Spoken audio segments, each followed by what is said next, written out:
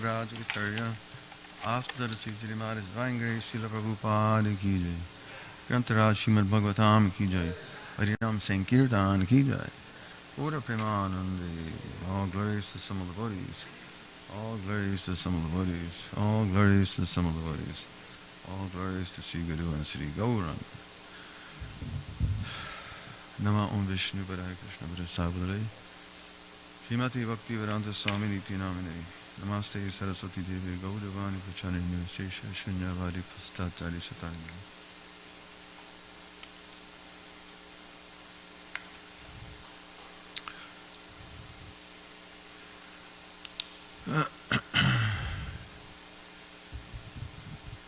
Om Namo Bhagavate Vasudevaya Om Namo Bhagavate Vasudevaya Om Namo Bhagavate Vasudevaya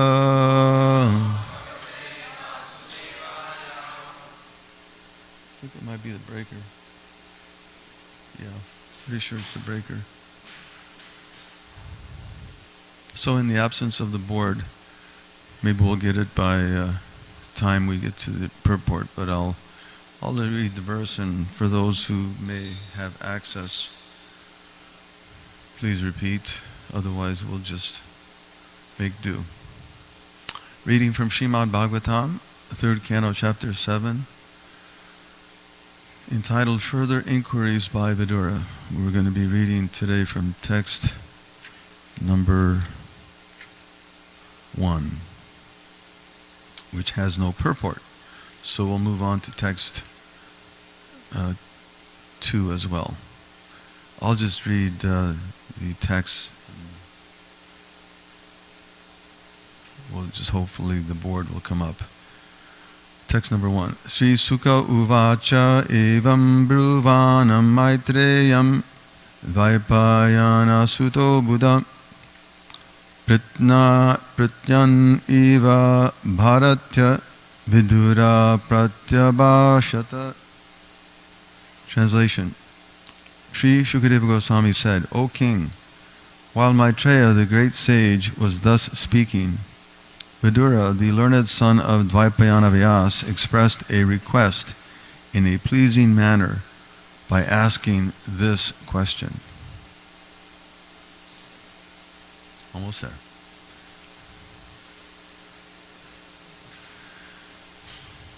Okay, reading from text number 2.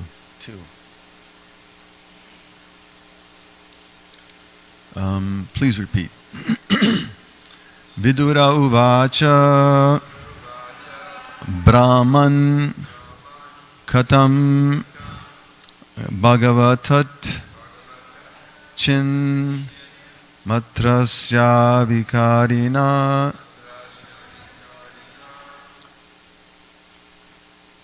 how does that work? Itlaya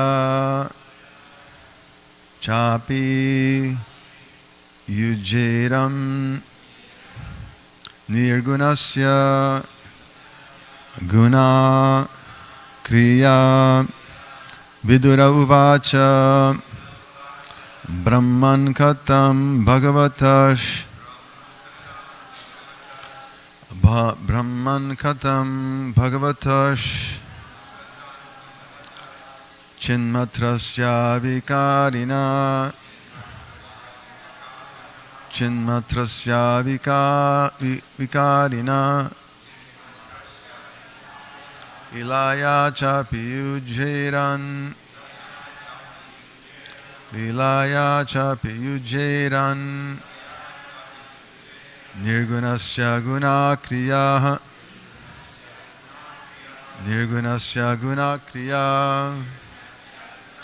Viduruvacha Brahman katam bhagavatash Chinmatrasya vikarina Vilaya chapiyujeran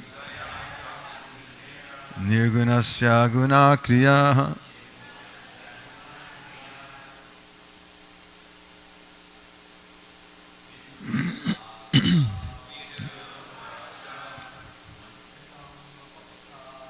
Brahman Katam Bhagavatash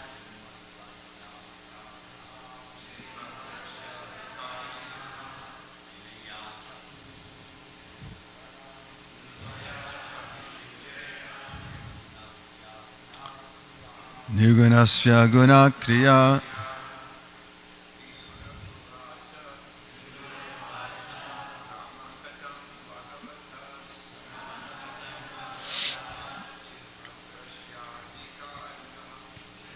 Shavikarina Lilaya Chabiyujiran.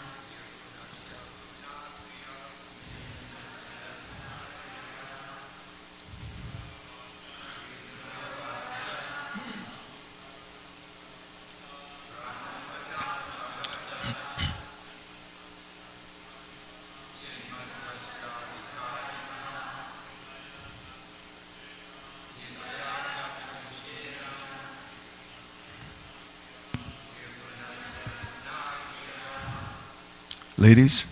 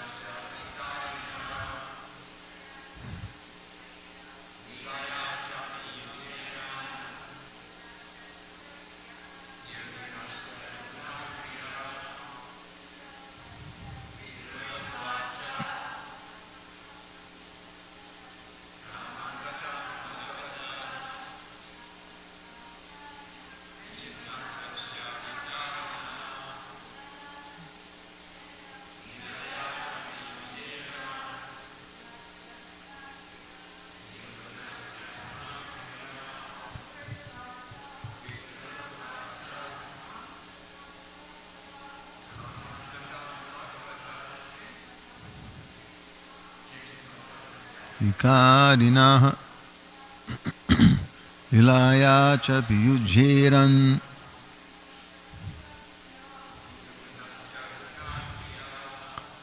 Vidaruvacha. Vidura said, Brahman, O Brahmana, Katam, how? Bhagavata, of the personality of Godhead. Chinmatrasya, of the complete spiritual whole. Vikarinaha, of the unchangeable. Lilaya, by his pastime. Cha, either. Api, even though it is so. Yujeran, take place. Nirgunasya, who is without the modes of nature. Gunaha, modes of nature. Kriyaha, activities. Translation and purport by His Divine Grace Srila A.C. Bhaktivedanta Swami Prabhupada Ki Jai. Sri Vidura said, O great Brahmana, since the Supreme Personality of Godhead is the complete spiritual whole and is unchangeable, how is he connected with the material modes of nature and their activities? If this is his pastime, how do the activities of the unchangeable take place and exhibit qualities without the modes of nature? Purport. As described in the previous chapter, the difference between the Supersoul, the Supreme Lord, and the living entities is that the activities of the Lord in creating the cosmic manifestation are performed by the Lord through the agency of His multifarious energies. But this manifestation is bewildering to the living entities. The Lord is therefore the master of energies, whereas the living entities are subjugated by them.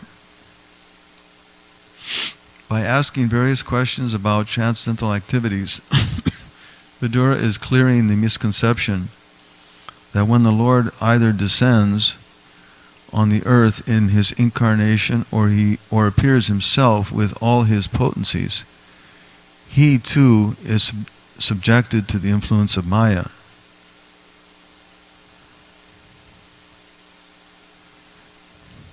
just like an ordinary living entity.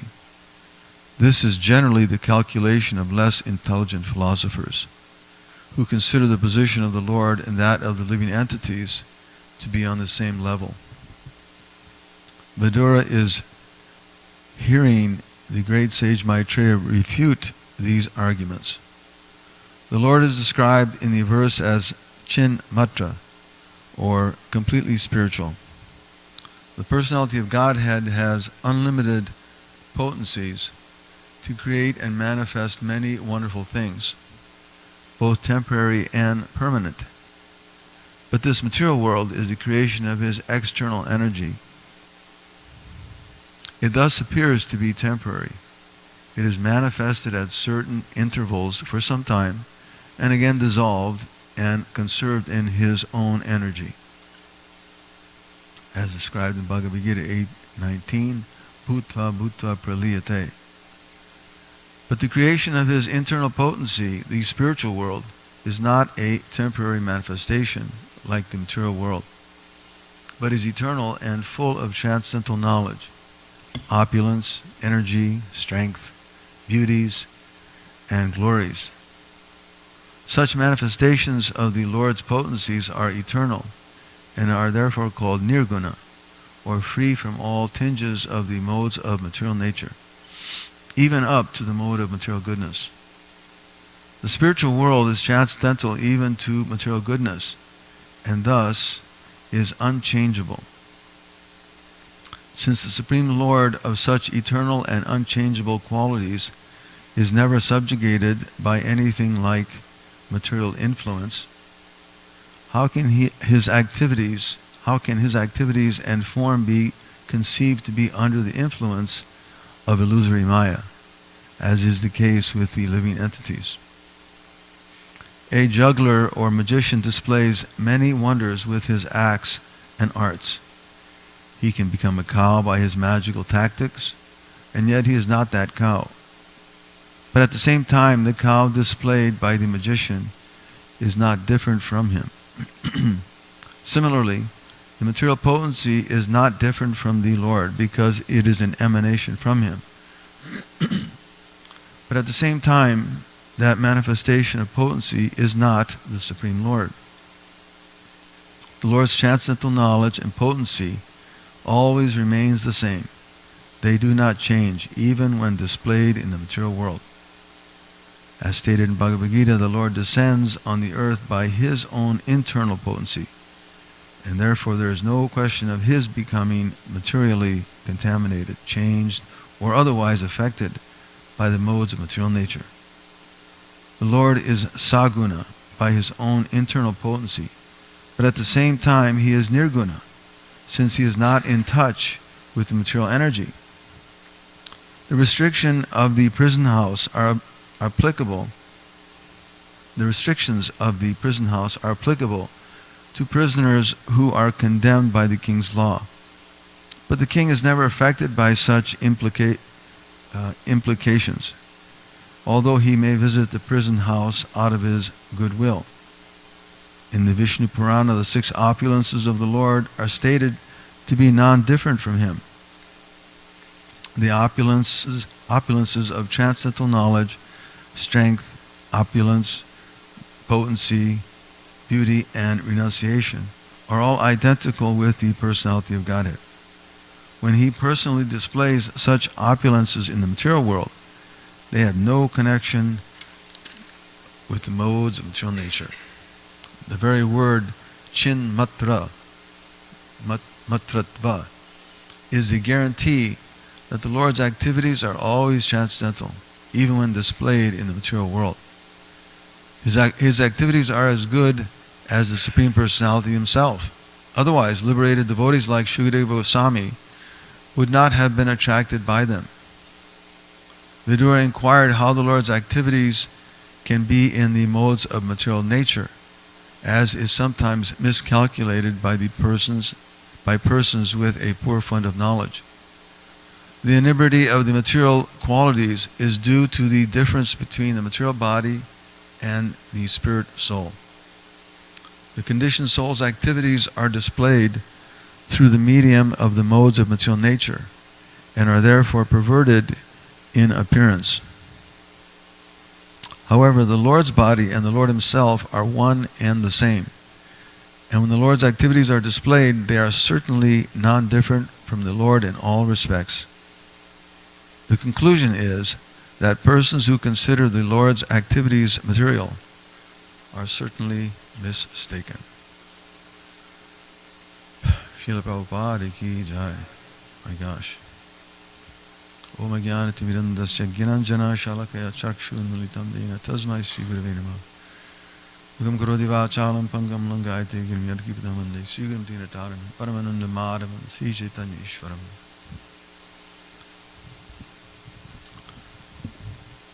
So Prabhupada, what can you say?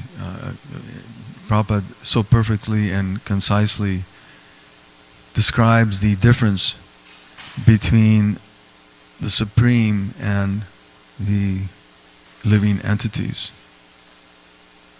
between the Supreme Lord and all others.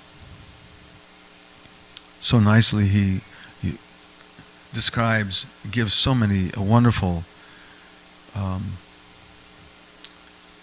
revelations, you can say. Because this is one of the major problems in the material atmosphere, that the living entities are thinking themselves to be one with the personality of Godhead, with the Absolute.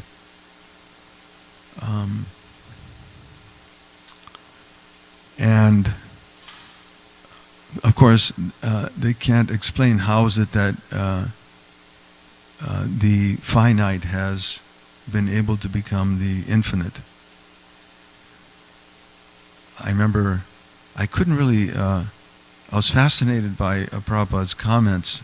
I remember when I first started doing book distribution, that people, different individuals would actually had the nerve to say that, yes, I'm God, right to your face. They do like that. And I remember meeting one person in the airport, and I was just fascinated, just bewildered actually. He caught me off guard.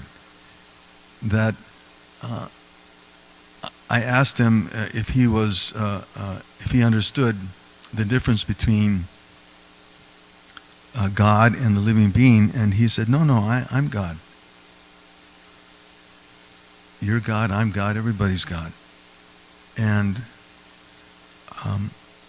I tried to ask him, well, if you're God, then can you manifest some potency, at least?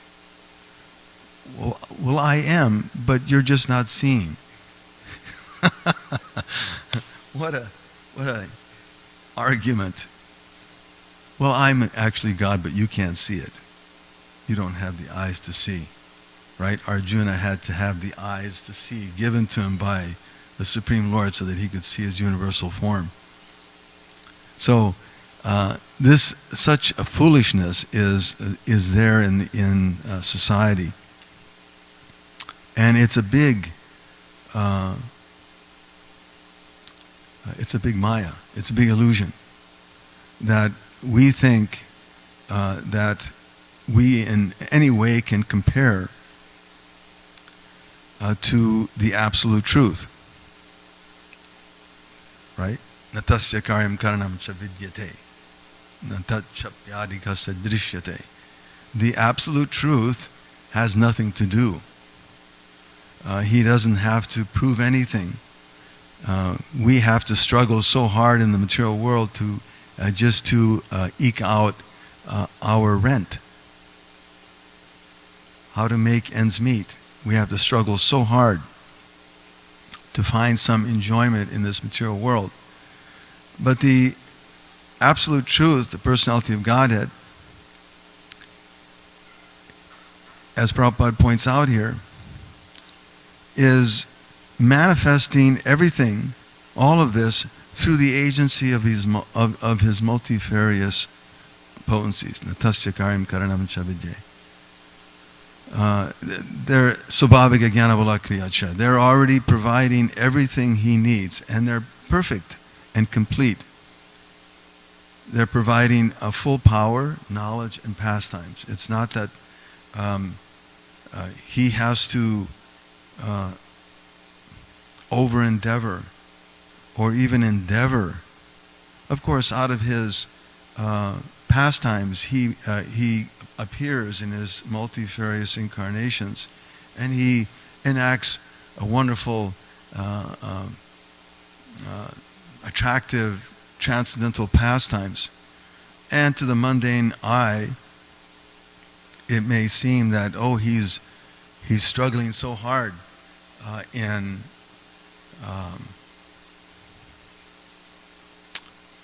his fighting activities or his childhood activities, but these are all simply pleasure activities for the personality of Godhead, and they're all being conducted automatically by his power and by his potencies. Everything is being manifested for him. Such is the position of the personality of Godhead. Therefore, it's described that he's the master of all energies, whereas the living entities are subjugated. Right? They're subjugated by those, by the material energy.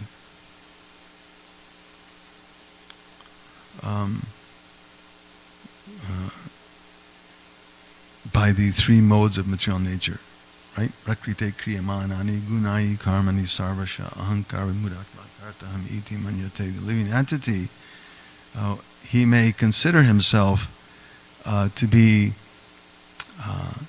advanced or controller, but in all respects, in all sense of the word, controller, there's an absence of understanding.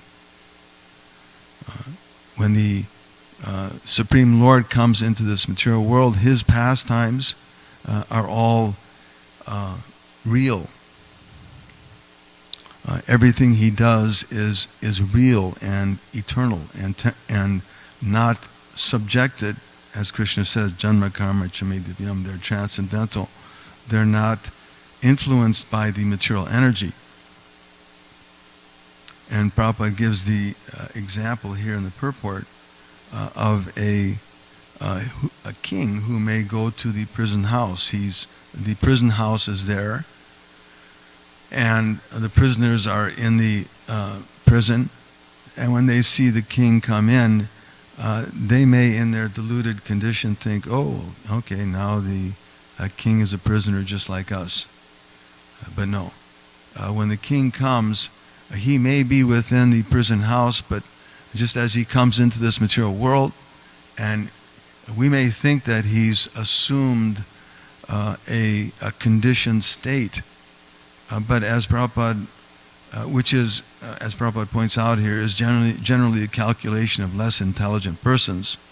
Avajananti mamudha, the fools may think and they may consider that the Lord or the king has all of a sudden been subjugated by the laws of that prison house or by the laws of material nature, or that he's affected by the modes of material nature. But no, this is not the case. Instead, the Lord is always transcendental, as Prabhupada points out here, and the Bhagavatam tells us that he's unaffected by material qualities, right? Namasya Purusham Tvadyam Ishvaram Prakrite Param. The Bhagavatam tells us, Queen Kunti comments that when the Lord comes into this material world, he's unaffected by the material qualities, and he exists within and without and yet he's invisible to all. How can that be?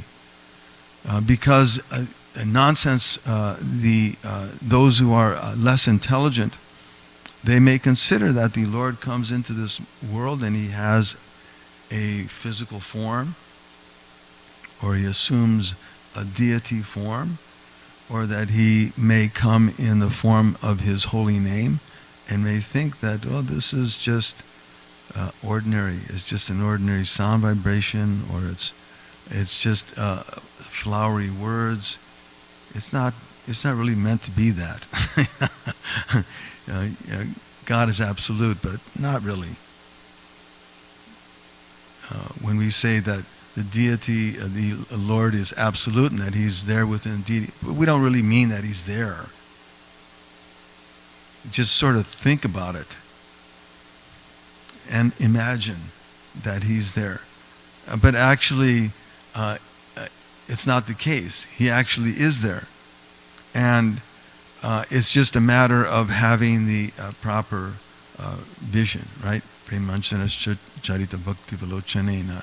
Those whose eyes have been anointed with the salve of love can recognize how the Lord is there and how he manifests his wonderful pastimes, how his activities are ever fresh. They're eternally happening. It's not that when the Lord comes and he comes age after age, it's not that it becomes hackneyed as material activities are, right? You can do a certain thing for a little while, but then after a while, oh gee, this is getting pretty, I can't wake up too much anymore. I can't wake up so early. Or I can't engage in all these ritual things. They become hackneyed because the proper knowledge is not there, of course, and the proper execution is not there. So one is not in touch with the spiritual aspect of that activity. But when the Lord performs his activities, they're eternally fresh. They're always exciting. And they're eternally happening. It's not that they cease to be here and they're happening over there. No, they're happening simultaneously. Simultaneously in perfect order. And they're supremely attractive. Prabhupada points that out here in the purport, that the absolute truth has different opulences. And they are knowledge, strength, opulence, beauty, potency, beauty. He's supremely attractive. And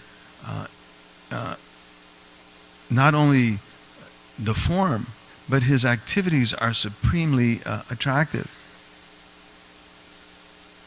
That's why he says in Bhagavad Gita, Janma Karma Chame Divyam, if you can just understand a little bit about those transcendental activities, then one can make a great spiritual advancement and understand the absolute truth in reality. But how to get to that position and how to recognize that. This is the inquiry that Vidura is asking Maitreya here, that the absolute truth is coming into this world. He's not affected like the rest of us. No. As Prabhupada points out here, his manifestations, his potencies are eternal and are therefore called nirguna, or they're free from all tinges of the modes of material nature. They're not affected by the modes as we typically struggle with, right? Gunai karmani sarvasha ahankara mudatma. Under the influence of the modes of nature, we may think that we're engaging in some work even, but actually all of this is being conducted by the modes of nature. And we're subject to its laws.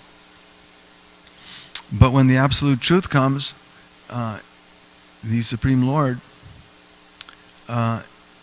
he enacts his pastimes, as Prabhupada points out here, just as a magician displays many wonders with his acts and arts. We saw that even in the pastimes of the Lord when he was in Vrindavan. Various magicians would appear in different forms, right? They would come in the form of a windstorm, or they would come in the form of an ass, or come in the form of a cart. How was that? Or they would take on the form of a beautiful woman,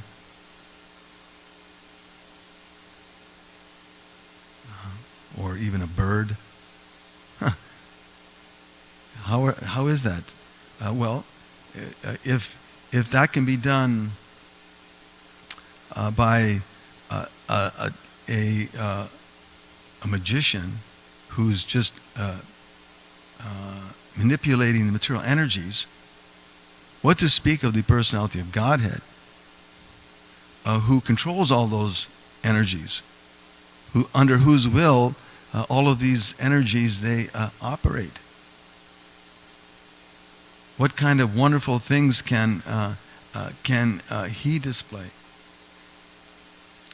And how attractive and wonderful can his activities be? And he does this over and over and over.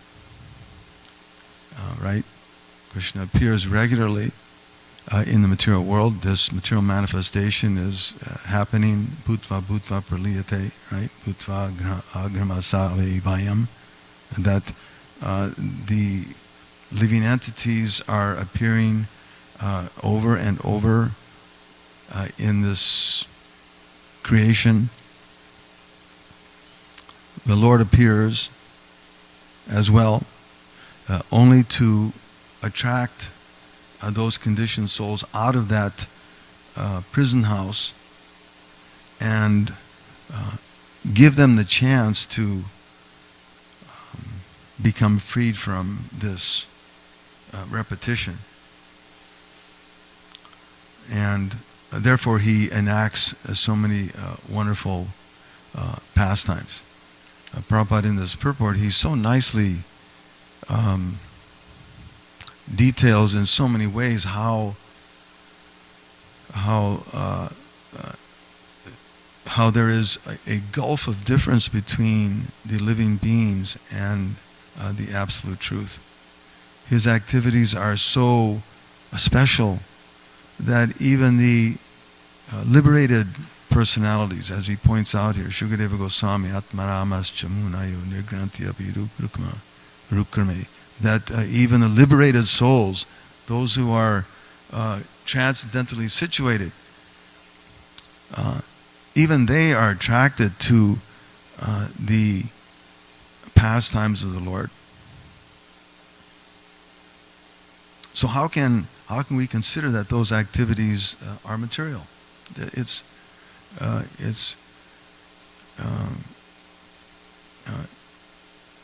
incorrect. It's false logic.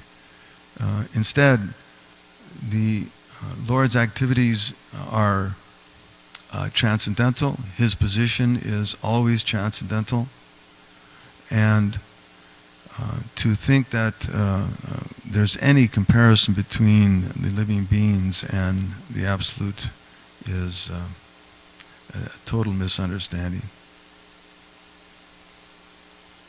A lot can be said about this verse. It's so, Prabhupada just so nicely points out and makes so many wonderful points in the purport. You just have to read it and it's completed in itself. So, and are there any questions or comments?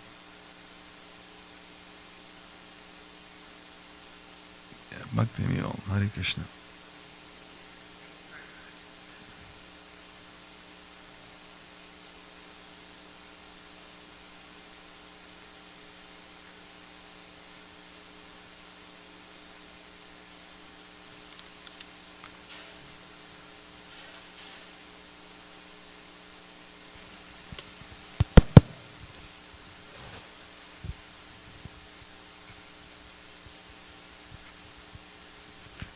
Thank you for the class, Naikatma Prabhu.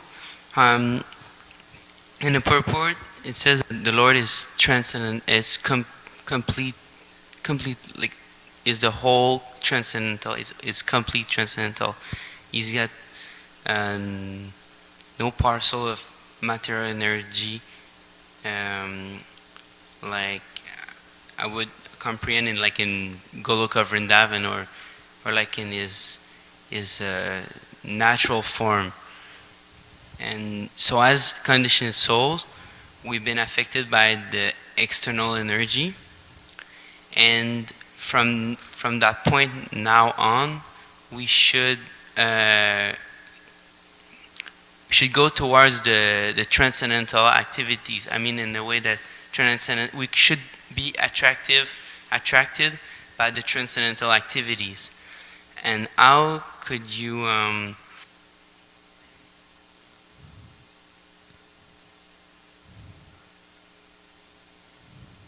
Yeah, it's okay. It's dead. We can hear. How do we explain to people?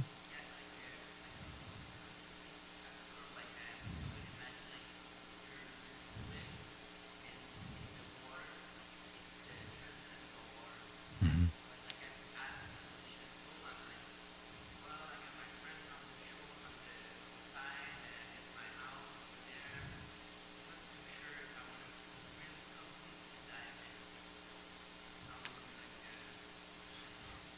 Well, you can describe to them what the qualities of water are, how refreshing that jumping into the water could be.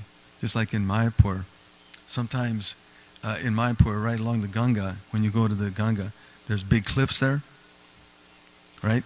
And the devotees, when they go for bath, if you go up certain areas of the Ganga, the cliffs are much higher. They're not sandy beaches, but they're higher cliffs.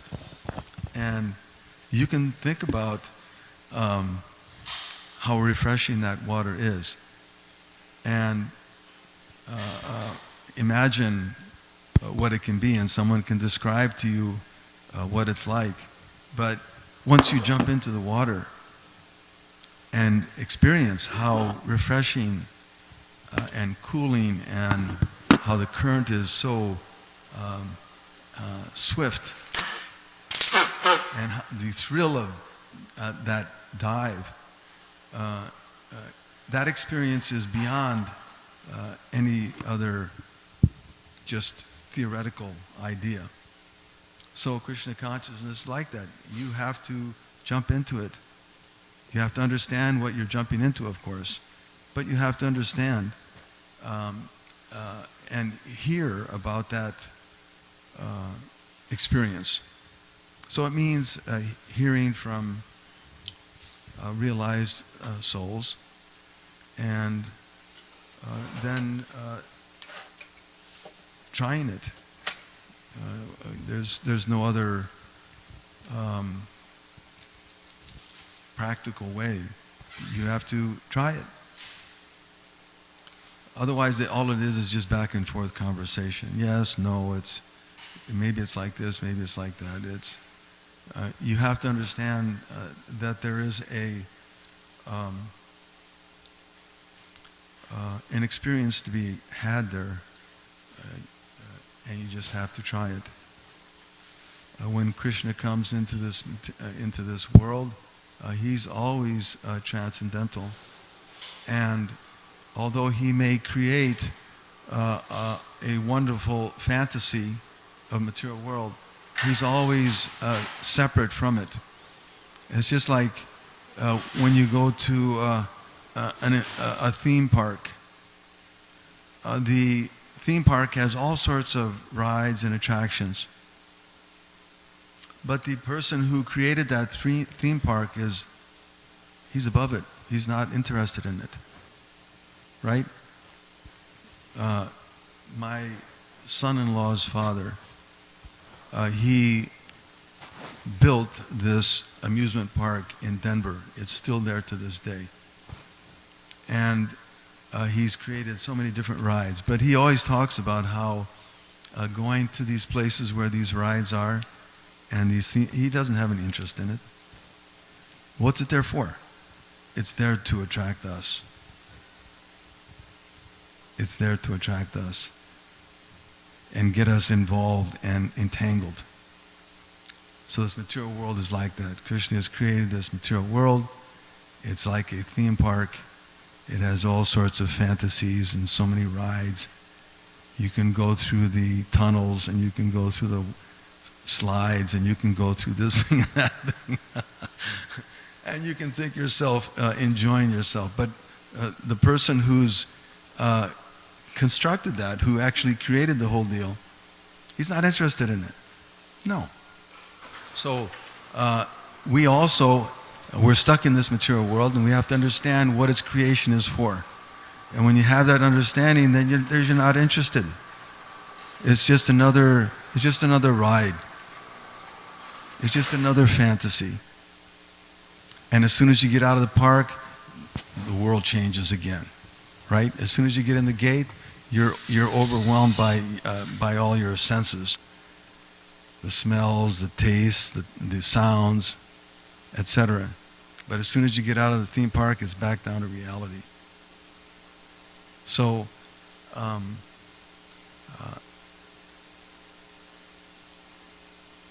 we have to also get to that point of becoming transcendental. And that means developing knowledge and executing and acting on that, so that we don't get attracted to this theme park. Alrighty, we'll end there. Srila Prabhupada ki jai.